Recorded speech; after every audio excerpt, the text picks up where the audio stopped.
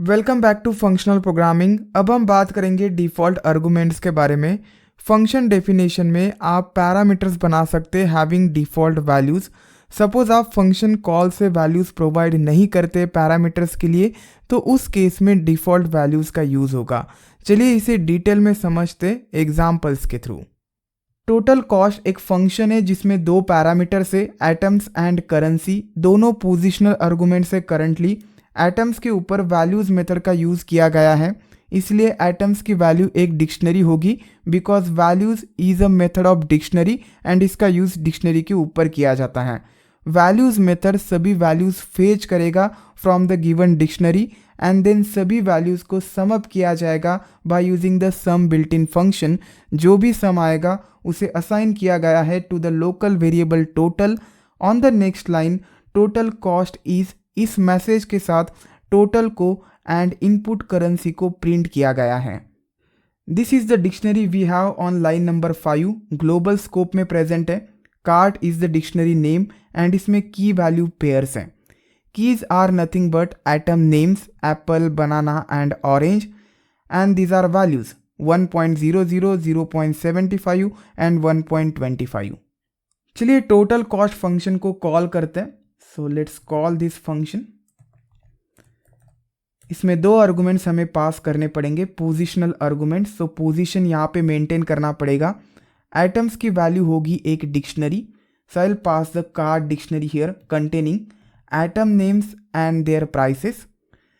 Second argument currency, currency यहाँ से मैं पास कर देता हूँ यूएसडी, यूएस डॉलर। सेव करता हूँ एंड रन करता हूँ। रन करने के बाद मुझे आउटपुट मिल गया, टोटल कॉस्ट इज $3।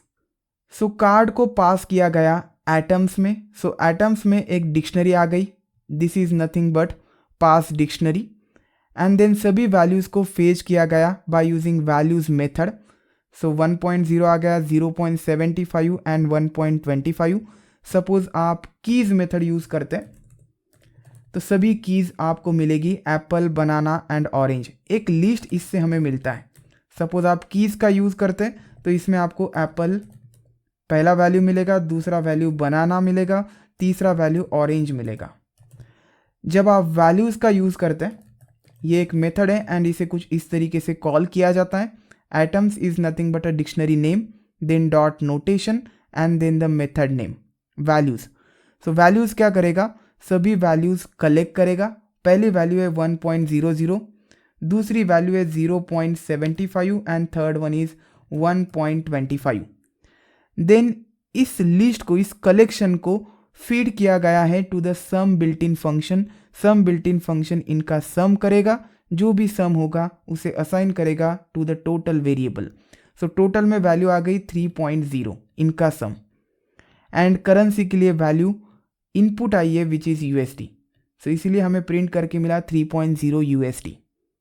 अब सपोज यूएसडी वैल्यू मैं पास नहीं करता हूँ, सो इस केस में करेंसी के लिए वैल्यू नहीं आएगी और हमें एरर मिल जाएगा missing one required positional argument currency. अब हमारी रिक्वायरमेंट ये है कि ये करेंसी वैल्यू रिक्वायर्ड नहीं होनी चाहिए, ये ऑप्शनल होनी चाहिए। अगर यूज़र पास नहीं करता है तो डिफ़ॉल्ट वैल्यू यूज़ होनी चाहिए। जैसे आप कोई फॉर्म फिलअप करते, वहाँ पे कंट्री है एंड सपोज आप पास नहीं करते तो बाय डिफ़ॉल्ट लोकेशन को ट्रैक किया जाएगा और वहाँ पे डिफ़ॉल्ट वैल्यू आ जाएगी, लाइक सपोज इंडिया वैल्यू आ जाएगी। सो वैसी डिफ़ॉल्ट वैल्यू हमें पास करनी है इस पैरामीटर के लिए एंड जब हम डिफ़ॉल्ट वैल्यू देते हैं तो उस पैरामीटर को बोला जाता है डिफ़ॉल्ट आर्गुमेंट। कैसे देंगे हम default value, just function definition में पैरामीटर के सामने एक डिफ़ॉल्ट वैल्यू लिख देनी है। सो यहाँ पे मैं लिख देता हूँ USD. Suppose user value pass नहीं करता है तो उस केस में करेंसी का वैल्यू यूएसडी होगा एंड आपको कोई एरर नहीं मिलेगा। मैं क्लियर करता हूँ एंड रन करता हूँ।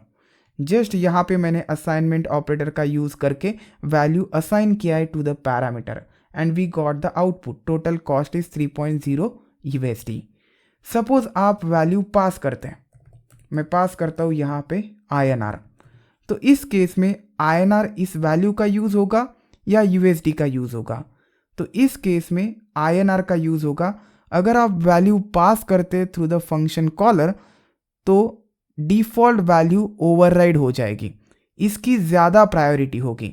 मैं आपको रन करके दिखाता हूँ and you can see we got INR Indian rupees. और सपोज आप इसे पास नहीं करते तो ये डिफ़ॉल्ट वैल्यू यूज़ होगी। You can have any number of default arguments. Items को भी मैं डिफ़ॉल्ट वैल्यू दे देता हूँ एम्प्टी डिक्शनरी। सपोज यहाँ से आप कोई डिक्शनरी पास नहीं करते, एटम्स की कोई वैल्यू पास नहीं करते, तो उस केस में एटम्स की वैल्यू एक एम्प्टी डिक्शनरी होगी, लाइक एम्प्टी कार्ड। अब इसमें वैल्यूज़ ही नहीं है तो ज़ीरो वैल्यूज़ आ जाएगी, सम होगा ज़ीरो जो टोटल में आएगा। चलिए मैं क्लियर करके रन करता हूँ। इस केस में दोनों डिफ़ॉल्ट वैल्यूज़ का यूज़ हुआ है, डिक्शनरी फॉर द एटम्स क्योंकि आपने पास नहीं करी है, and USD for the currency क्योंकि आपने करेंसी की वैल्यू यहाँ से पास नहीं करी है। आप इन वैल्यूज़ को प्रिंट करके देख सकते हैं। I directly print atoms here and again print करता हूँ करेंसी एंड अब रन करता हूँ। यू कैन सी एटम्स के लिए प्रिंट हो गया एम्प्टी डिक्शनरी एंड करेंसी के लिए प्रिंट हो गया USD। और सपोज आप करेंसी की वैल्यू यहाँ से पास करते हैं, so I pass currency equals INR। अब मैं रन करता हूँ and we got INR for the currency. यहाँ पे मैं पोजिशनल आर्गूमेंट्स का यूज़ नहीं कर सकता हूँ क्योंकि ये INR देन जाएगा इस एटम्स में। रन करके दिखाता हूँ and you can see items के लिए INR आ गया। सो मैं ये नहीं चाहता हूँ, मैं करेंसी के लिए पास करना चाहता हूँ INR को, इसलिए मैंने कीवर्ड आर्गूमेंट का यूज़ किया है। सो ये जो करेंसी की वैल्यू है ये यहाँ पे जाएगी, रिप्लेस कर दिया जाएगा इस डिफ़ॉल्ट वैल्यू को, एंड एटम्स के लिए वैल्यू नहीं आई है इसीलिए डिफ़ॉल्ट वैल्यू का यूज़ किया जाएगा। And you can see items के लिए डिफ़ॉल्ट वैल्यू मिल गई, करेंसी के लिए INR मिल गया which is the past value. अब एक रूल आपको याद रखना है, सपोज मैं करेंसी की डिफ़ॉल्ट वैल्यू रिमूव कर देता हूँ। सो इस केस में पहला जो आर्गूमेंट है ये है डिफ़ॉल्ट आर्गूमेंट, दूसरा आर्गूमेंट है नॉन डिफ़ॉल्ट आर्गूमेंट, एंड ये सिंटैक्स एरर है। सपोज मैं करेंसी की वैल्यू यहाँ पे पास कर देता हूँ, करेंसी इक्वल्स INR, एंड अगर आपको लग रहा है कि एटम्स के लिए एम्प्टी डिक्शनरी प्रिंट होगा एंड करेंसी के लिए INR प्रिंट होगा, तो ऐसा बिल्कुल नहीं है, आपको एरर मिल जाएगा, syntax error. And here is the information, non default argument follows default argument. So आप पहले डिफ़ॉल्ट आर्गूमेंट्स नहीं लिख सकते and then non default arguments, so ये गलत है। इस केस में पहले आपको करेंसी लिखना पड़ेगा and then you can write default arguments. So default arguments last में होने चाहिए फंक्शन डेफिनेशन में। चलिए अब इसके लिए वैल्यूज़ प्रोवाइड करते हैं। करेंसी की वैल्यू गई INR, इसमें करेंसी की वैल्यू जाएगी INR।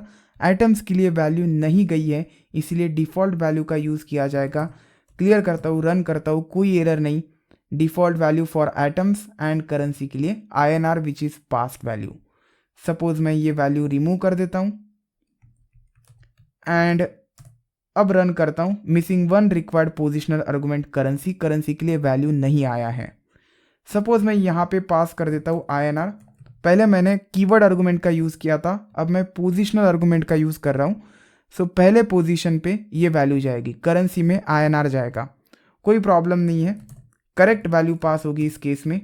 INR in the currency, atoms के लिए वैल्यू नहीं आई है इसीलिए डिफ़ॉल्ट वैल्यू। तो कुछ इस तरीके से आप इन आर्गूमेंट्स का यूज़ कर सकते हैं। You can go through notes now. Next session में हम बात करेंगे वेरिएबल लेंथ आर्गूमेंट्स के बारे में।